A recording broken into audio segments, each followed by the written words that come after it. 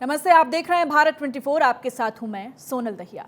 राजस्थान में 2023 के आखिर में विधानसभा चुनाव का रण होना है, लेकिन इस रण को लेकर रणनीति अभी से तैयार की जा रही है। गहलोत के गढ़ में सेंध लगाने के लिए बीजेपी अभी से जुट गई है। इसी कड़ी में आज बीजेपी के चाणक्य और केंद्रीय गृह मंत्री अमित शाह सूर्यनगरी पहुंचे, जहां पर शाह फुल एक्शन में नजर आए। अमित शाह ने बूथ लेवल के कार्यकर्ताओं में जोश भरा और जीत का मंत्र दिया। जोधपुर के दशहरा मैदान में कार्यकर्ताओं को संबोधित किया और कांग्रेस पर जमकर हमला किया। शाह ने 2018 में कांग्रेस के चुनावी वायदे याद दिलवाए और भारत जोड़ो पर भी तंज कसा है। शाह ने 2023 विधानसभा चुनाव और 2024 लोकसभा चुनाव में बीजेपी को जितवाने की अपील की है। ये वही भूमि है जहां 1998 में श्रद्धेय अटल जी ने पोखरण विस्फोट कर भारत को अणु महासत्ताओं में शामिल करने का काम किया था। यही भूमि है जिसने जब कभी भी चाहे मुगलों के सामने लड़ना हो, चाहे पाकिस्तान के सामने लड़ना हो, पीछे मुड़कर नहीं देखा। मित्रों, अभी ये राहुल बाबा, अरे भाई क्यों हंस रहे हो? हंस क्यों रहे हो? बोलो भारत माता की। अभी ये वो राहुल बाबा भारत जोड़ो यात्रा लेकर निकले हैं। विदेशी जर्सी पहनकर, विदेशी टी शर्ट पहनकर भारत जोड़ने निकले हैं। मित्रों, मैं उनको और कांग्रेसियों को उनका संसद का भाषण का एक वाक्य याद कराता हूं। भारत राष्ट्र है ही नहीं। अरे राहुल बाबा, किस किताब में पढ़े हो? किस किताब में पढ़े हो? ये तो वो राष्ट्र है जिसके लिए लाखों लाखों लोगों ने अपने सर कटवाकर भूमि को लाल करने का काम कर दिया। ये तो ये राष्ट्र है जहां हजारों बहनों ने जौहर कर कर अपने आप को स्वमान के लिए और देश के लिए जिंदा आग में झोंक दिया, अग्नि कुंड में झोंक दिया। और आपको ये राष्ट्र नहीं लगता है? ये राहुल बाबा भारत जोड़ने निकले हैं। मुझे लगता है कि उनको भारत का इतिहास पढ़ने की जरूरत है। मित्रों, मोदी जी ने अभी पेट्रोल पर टैक्स कम किया। भारत सरकार का टैक्स तो कम करा। भाजपा की जहां जहां सरकारें थी, सभी राज्य सरकारों ने वेट कम करने का काम करा, मगर गहलोत जी ने नहीं किया। आज देश में सबसे महंगा डीजल और पेट्रोल कहीं मिलता है तो राजस्थान के अंदर मिलता है। मारवाड़ वालों, हिसाब मांगोगे या नहीं मांगोगे? अरे जोर से बोलो, मांगोगे या नहीं मांगोगे? सबसे बड़ी महंगी बिजली देश में कहीं पर मिलती है तो ये मेरे राजस्थान के अंदर मिलती है। मित्रों, कौन जिम्मेदार है इसके लिए? जोर से बोलो, कौन जिम्मेदार है इसके लिए? अरे उखाड़ कर फेंक दो गहलोत सरकार को। हम आकर टैक्स भी कम करेंगे, बिजली के दाम भी कम करेंगे। मित्रों, गहलोत सरकार विकास का काम नहीं कर सकती, रोड रास्ता नहीं बना सकती, बिजली के कारखाने नहीं लगा सकती, किसानों को बिजली नहीं मुहैया करा सकती, युवाओं को रोजगारी नहीं दिया सकती। वो कर सकती है तो वोट बैंक की राजनीति कर सकती है, तुष्टीकरण की राजनीति कर सकती है। मुझे बताओ भैया, हमारे भाई कन्हैयालाल दर्जी मारा गया, निर्ममता के साथ मारा गया। ये सहन कर लेंगे क्या आप? कर लेंगे? करौली की हिंसा को सहन करेंगे? हिंदू त्योहार पर प्रतिबंध लगाना सहन करेंगे? रामनवमी की शोभा यात्रा न निकालना सहन करेंगे, विजयादशमी के पथ संचलन को रोकना सहन करेंगे, अलवर में 300 साल पुराने मंदिर को तोड़ना सहन करोगे क्या? मित्रों, छबड़ा, भीलवाड़ा, करौली, जोधपुर, चित्तौड़, नौहर, मेवात, मालपुरा और जयपुर में सुनियोजित दंगे एक कांग्रेसियों ने कराए हैं, कांग्रेसियों ने कराए हैं। मैं तो गहलोत साहब को इतना कहना चाहता हूं कि अगर संभलता नहीं है तो पहले छोड़ दीजिए, राजस्थान की जनता भाजपा को लाने के लिए तैयार बैठी है। मित्रों, जिस प्रकार से झालावाड़ में कृष्णा वाल्मीकि को पीट पीट कर मार दिया गया, महंत विजयदास जी जो श्री कृष्ण क्रीड़ा स्थली की पहाड़ियों में खनन बंद कराने के लिए उपवास पर बैठे थे, उनको खनन माफियाओं के खिलाफ आत्मदाह करना पड़ा और 15 दिन पहले आत्मदाह करने की चेतावनी देने के बावजूद भी ये भ्रष्ट गहलोत सरकार ने खनन माफियाओं पर कोई कार्यवाही नहीं की और वो संत अपने आप को जलाने के लिए मजबूर हो गए। मित्रों, मुझे बताओ, इस प्रकार की घटनाएं राजस्थान में पहले कभी सुनी है क्या आपने? गहलोत सरकार का प्रशासन पर कोई कंट्रोल नहीं है और लॉ एंड ऑर्डर के मुद्दे पर तो ऐसा हुआ है, गहलोत सरकार लॉ एंड ऑर्डर अंग्रेजी शब्द है मगर उसको हिंदी में पढ़ती है। वो लॉ एंड ऑर्डर की जगह लो और ऑर्डर करो, पैसा लो और ऑर्डर करो। तो राजस्थान में बीजेपी फिर से सरकार बनाए, इसके लिए बीजेपी यूपी फॉर्मूला लागू करेगी। अब की बार ओबीसी पर बीजेपी खास तौर पर फोकस करने वाली है। आपको कुछ जानकारियां ग्राफिक्स के माध्यम से देंगे कि किस तरह से पूरा गणित तैयार किया गया है। ओबीसी वोट से सत्ता का सिंहासन जीतने की कोशिश रहेगी। राजस्थान में ओबीसी वोटर्स की संख्या काफ़ी है और निश्चित तौर पर उनको रिझाने की कोशिश होगी। बीजेपी की तरफ से 50 से ज़्यादा सीटों पर ओबीसी विधायक चुनकर आते हैं। ओबीसी का गणित आपको समझा रहे हैं। जोधपुर संभाग में 15 ओबीसी विधायक हैं, तो समझा जा सकता है कि कितनी जबरदस्त पकड़ है। 11 कांग्रेस और 4 बीजेपी के विधायक हैं। ओबीसी वोट बैंक को साधने में बीजेपी जुट चुकी है और कोशिश यही हो रही है कि ओबीसी वोट के जरिए ही सत्ता को एक बार फिर से हासिल किया जाए। तो बीजेपी यूपी प्लान के तहत 2 रणनीति पर काम कर रही है और इसमें पार्टी के जो पदाधिकारी हैं उनसे लेकर बूथ कार्यकर्ता और वोटर तक को साधने की योजना तैयार की जा रही है। राजस्थान में बीजेपी की सरकार नहीं है, ऐसे में पार्टी बूथ लेवल तक पार्टी का मैसेज और प्लानिंग को पहुंचाने के लिए सोशल इंजीनियरिंग पर काम कर रही है। साथ ही पार्टी चुनाव से पहले खूब एक्शन मोड पर है। राष्ट्रीय और प्रदेश संगठन तैयार करने की कोशिश हो रही है। जिला संगठनों पर काम चल रहा है और साथ ही साथ शक्ति केंद्र बनाए गए हैं, अलग अलग बूथ बनाए गए हैं, पन्ना प्रमुख बनाए गए हैं जिनको जिम्मेदारी दी गई है कि अलग अलग जगहों पर वो कैसे संगठन को मजबूती दें। तो राजस्थान में बीजेपी का संगठन किस तरह से तैयार किया गया है, ग्राफिक्स के माध्यम से समझिए आप। राष्ट्रीय और प्रदेश के तौर पर संगठन तैयार किया गया है जिसमें मंडल, बूथ, शक्ति केंद्र और पन्ना प्रमुख बनाए गए हैं। तो राजस्थान में बीजेपी संगठन को साफ तौर पर समझा जा सकता है। देखिए, अलग अलग लेवल पर अलग अलग लोगों की जिम्मेदारियां बनाई गई हैं, चाहे वो क्षेत्रीय लेवल पर हो या बूथ लेवल पर हो, जिला लेवल पर हो। कोशिश ये हो रही है बीजेपी की तरफ से कि हर क्षेत्र में मजबूती के साथ आगे बढ़ा जाए और हर उम्मीदवार तक पहुंचने की कोशिश हो, हर आदमी तक पहुंचने की कोशिश हो। इसको लेकर एक जो तमाम रणनीति है वो तैयार की जा रही है।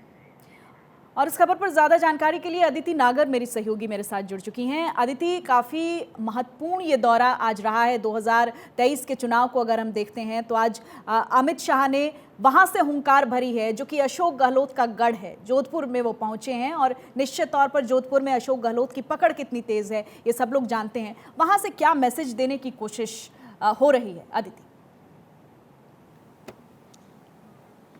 ना सिर्फ जोधपुर अशोक गहलोत का गढ़ है और वहाँ पर भारतीय जनता पार्टी ने आज बड़ा कार्यक्रम किया है, बल्कि जिस होटल में उन्होंने ओबीसी का जो कार्यक्रम किया है, राष्ट्रीय समिति की बैठक की है, वो होटल में कई बार ऐसा हो चुका है कि मुख्यमंत्री अशोक गहलोत ने पॉलिटिकल मीटिंग्स ली हैं, टिकट बांटी हैं। हमारे साथ सांसद सीपी जोशी मौजूद हैं। पूरा सब कुछ हो चुका है। 3 सवाल हैं। जोधपुर ही क्यों? दूसरा, चुनाव के 1.25 साल बचे हैं, लेकिन उसके बावजूद भी ऐसा लग रहा है जैसे आपने राजस्थान की चुनावी तैयारियां बिल्कुल ऐसे शुरू कर दी हैं जैसे हिमाचल और गुजरात में चुनाव हो, ठीक उस तरह से। और दूसरी बात है कि वो जो हर बार एक जो मनमुटाव रहता है वो खत्म होता नजर आया, केंद्र नेतृत्व आया तो नहीं, मैं सोचता हूँ कि माननीय अमित शाह जी का आना निश्चित रूप से राजस्थान के कार्यकर्ताओं में, सब लोगों में एक ऊर्जा की संचार होगा। और मैं सोचता हूँ पार्टी में सभी एकजुट होकर इस कार्यक्रम में शिरकत की। जहाँ तक कार्यक्रम है कि जोधपुर में ही क्यों, चूँकि ये मुख्यमंत्री जी का अपना गृह क्षेत्र है। दूसरा, पार्टी अलग अलग मोर्चों के अलग अलग संभाग में अलग अलग कार्यक्रम कर रही है। जैसे अभी महिला मोर्चा का प्रोग्राम हुआ उदयपुर में और ये जोधपुर में हुआ, तो निश्चित रूप से सब पूरे संभाग भर के जो बूथ कार्यकर्ता हैं, बूथ के अध्यक्ष हैं, सभी लोग इस कार्यक्रम में सब लोगों ने भाग लिया।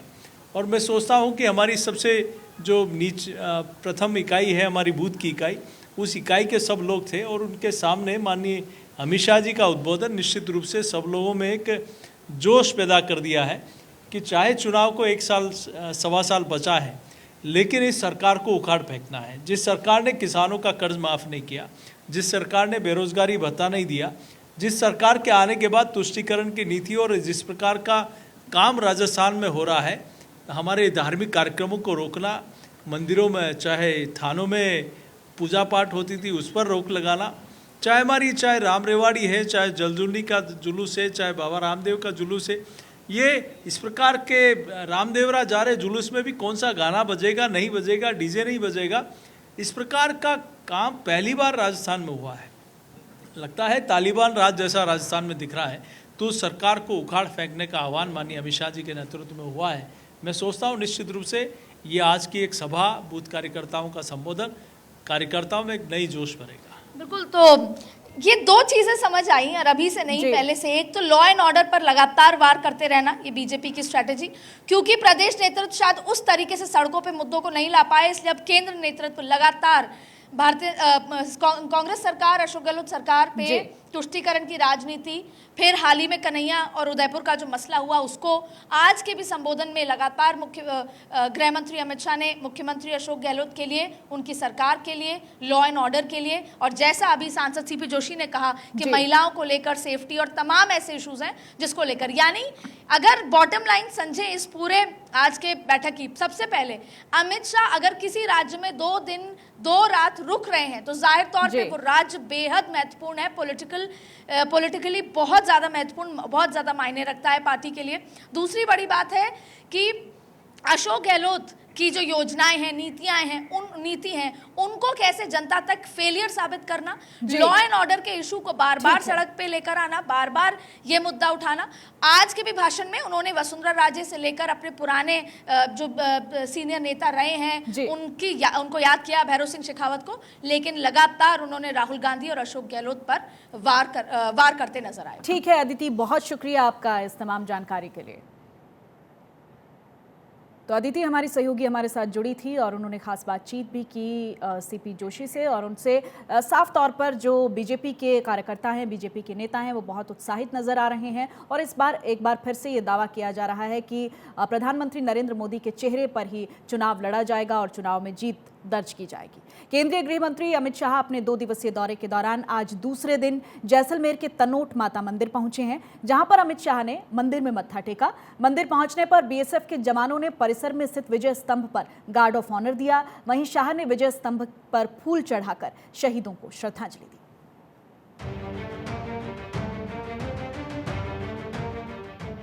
केंद्रीय गृह मंत्री अमित शाह का राजस्थान में काफी एक्शन भरा दिन रहा।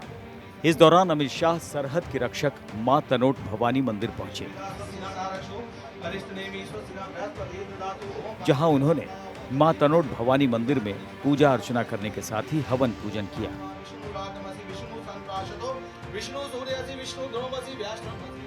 तनोट मंदिर जैसलमेर में है, जो भारत पाकिस्तान अंतर्राष्ट्रीय सीमा से सटा हुआ है। इस दौरान अमित शाह ने मंदिर परिसर में सीमा पर्यटन विकास कार्य का भूमि पूजन और शिलान्यास किया। सीमा पर्यटन विकास कार्यक्रम के अंतर्गत केंद्रीय पर्यटन मंत्रालय की ओर से यहां तनोट मंदिर कॉम्प्लेक्स का निर्माण करवाया जा रहा है। सुबह ही में तनोट मां के तीर्थ स्थान को मोदी जी ने 19 करोड़ के खर्च से एक बहुत बड़ा यात्रा धाम करने का निर्णय किया है। उसका भूमि पूजन कर आया हूं। ये मां ने 65 और 71 के युद्ध में हमारी पश्चिमी सीमाओं को सुरक्षित किया था।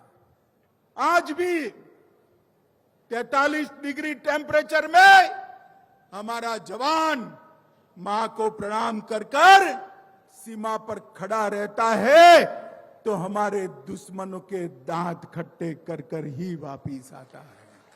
मोदी जी ने 19 करोड़ खर्च कर वहां पर एक बहुत बड़ा यात्रा धाम बनाने का निर्णय किया है। इसके लिए 17 करोड़ 67 लाख की राशि स्वीकृत की गई है। इसमें वेटिंग रूम, रंगभूमि, इंटरप्रिटेशन केंद्र, बच्चों के लिए रूम और पर्यटन को बढ़ावा के लिए अन्य जरूरी सुविधाओं को विकसित किया जाएगा। तनोट माता मंदिर न सिर्फ हिंदू धर्मावलंबियों बल्कि हर भारतीय के दिल में खास स्थान रखता है। भारत पाकिस्तान युद्ध से जुड़ी कई अजीबोगरीब यादें इससे जुड़ी हुई हैं। भारत पाक सीमा पर स्थित इस मंदिर के दर्शन करने हजारों श्रद्धालु हर साल यहाँ पहुँचते हैं। वहीं भारतीय सेना का भी इससे गहरा संबंध है। तो जो 71 का युद्ध है, 71 के युद्ध के अंदर जो इतिहास है, जो लिखित इतिहास है, वो ये बताता है कि इसके आसपास जितने भी गोले गिरे, तो जितने गोले मंदिर परिसर के अंदर गिरे वो फटे नहीं थे। तो इसको एक देवीय चमत्कार माना गया। इसको माना गया कि एक डिवाइन पावर है, और उसके बाद से लगातार इसकी जो महत्व है और इसकी जो श्रद्धा है वो बढ़ती जा रही है। 1965 में भारत पाकिस्तान के बीच युद्ध हुआ था। मंदिर परिसर और इसके आसपास पाक सेना ने हजारों बम गिराए थे। मंदिर परिसर में गिरे 450 बम फटे तक नहीं। मां के चमत्कार से मंदिर में खरोच तक नहीं आया। पाकिस्तानी सेना इस तरह उलझ गई कि रात के अंधेरे में उसने अपने ही सैनिकों पर हमला कर दिया, जिसमें पाक सेना की काफी बर्बादी हुई थी। जैसलमेर से थार रेगिस्तान में 120 किलोमीटर दूर सीमा के पास तनोट माता का सिद्ध मंदिर स्थित है। तनोट माता को थार की वैष्णो देवी और सैनिकों की देवी के उपनाम से भी जाना जाता है।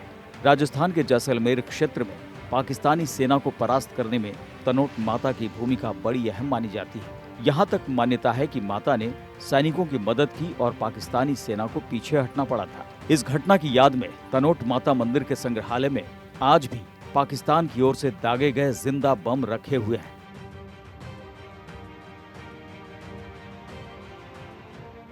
मंदिर में माता के चमत्कार से पाक फौजी बैकफुट पर आ गए।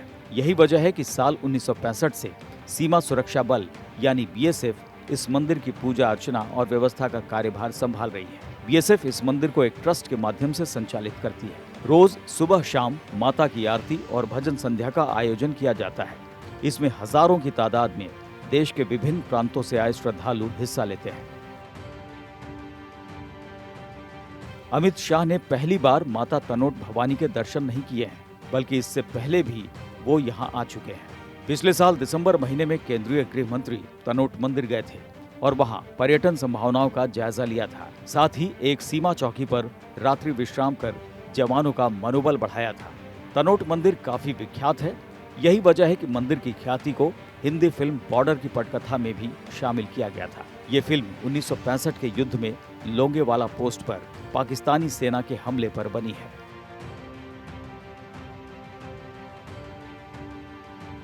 Bureau report, Bharat 24।